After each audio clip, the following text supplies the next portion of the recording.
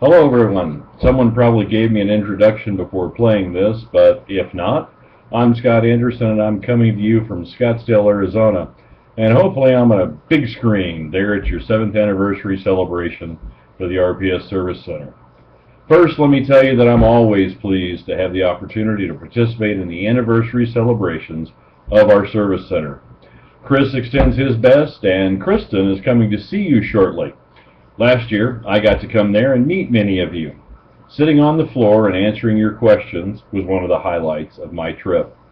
Of course, last year means that technically, I've actually met less than half of you. Welcome aboard to those of you that I haven't met yet. I think that next year our growth will level off a bit. After all, how would you feel if your body doubled several years in a row? Now that we have some mass, let's start putting on some muscle to make us stronger rather than merely bigger. I use analogies a lot of my storytelling, so I'll compare the Service Center, the entity, to our child.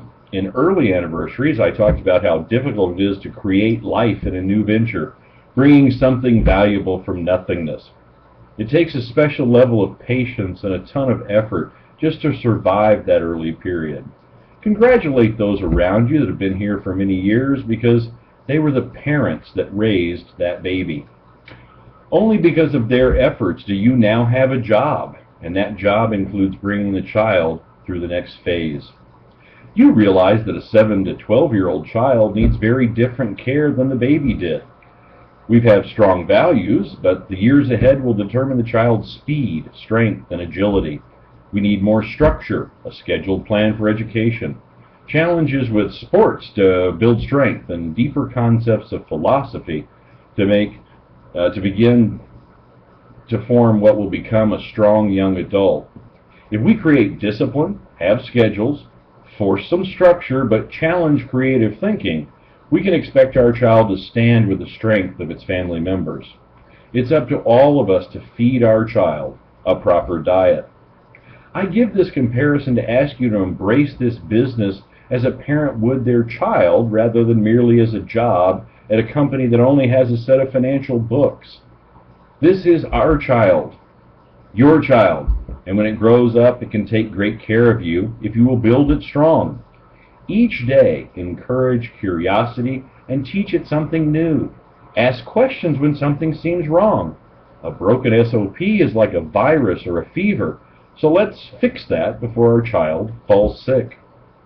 You may believe that it's only the managers that are in charge of our child's health, but in my world there's a saying, it takes a village to raise a child. This means that everyone is responsible. Perhaps you consider yourself merely an older sibling, but that still means you don't let anything happen to the little ones. You could be the favorite aunt or uncle, always making sure the child is under your watchful eye when the parents, us managers, are not there at that moment. There are also coaches and teachers that help to build children going through that 7 to 12-year-old stage, and these are of immense importance. We, all of us, are that village that it will take to allow our child to grow and progress. I realize this year's been tough. Those on the policy issuance team, take a few extra breaths. Pat yourself on the back for merely surviving.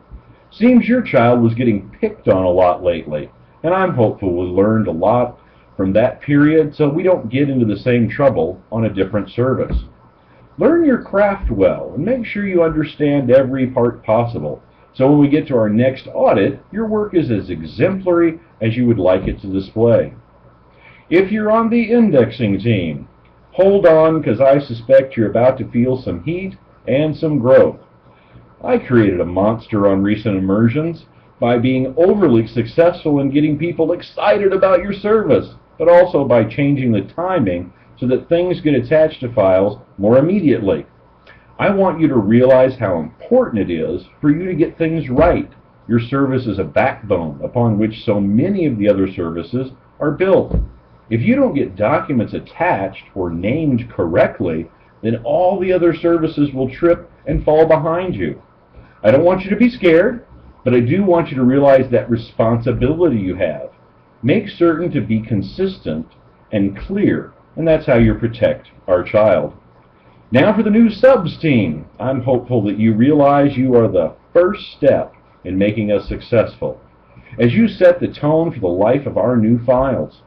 I presume the PI and PR teams are giving you feedback about how beneficial it is for you to be setting up files following a single standard rather than previous days when branch people had 50 different styles. You need to hold hands with the indexing team. If you get the file right the first step and the indexing team keeps it that way for the other attachments, then all services will enjoy some level of standards right away. You actually control that. You lead the way by making the first documents of every new file set the tone for all others to follow. You may not quite see how important it is to label the app and other attachments. Just go ask those other service people that do functions far down the process lines. They and I are counting on you. Renewals and expirations team. I've recently spent some time with many of you on WebEx calls, and I feel a little guilty about the process's lack of consistency. While that was a painful 2 weeks of review, but I'm hopeful you felt it was as valuable as I did. I learned a lot of things that needed to be fixed. I hope you learned a lot about what our intentions were supposed to be. Seems things got severely off the tracks on this one, with all kinds of exceptions and disparities. If I didn't mention your service, let me now ask all the services to help RPS do better in the future and see if I can give you some vision going forward. RPS wants standards. Though you might not see that from some of the silly disparities we now have, it's a very important push for us for the next 12 to 18 months. It's very important that you report all the disparities and build lists of them, because I need you to help me kill them. RPS does need flexibility, and we're forced to have some differences until each branch gets on the same computer tools. However, it should be each of your jobs to hunt down and help me get rid of the unhealthy thorns that have no value. We cannot fix state exceptions, but we can label them as what they are, and then only allow truly necessary branch callouts to make that list as short as possible. I know that as you learn your job, you will see how one branch has a better practice than another. Just like you're asked to find Kaizens, I'd love for you to find best practices that can be installed in all these varieties that confuse you and diminish your ability to get things right the first time you work on an item. Why not help to make your own task easier? Each anniversary, I get to tell all the new people how far we've come in such a short time. Of course, when you get to 7 years, if you were here in the beginning, our time together has not been all that short, now has it? I'm not there, so I need some help to recognize the experienced people. Now, I'm hopeful you're at a venue where you're sitting, and otherwise this doesn't work as well, but let's try it.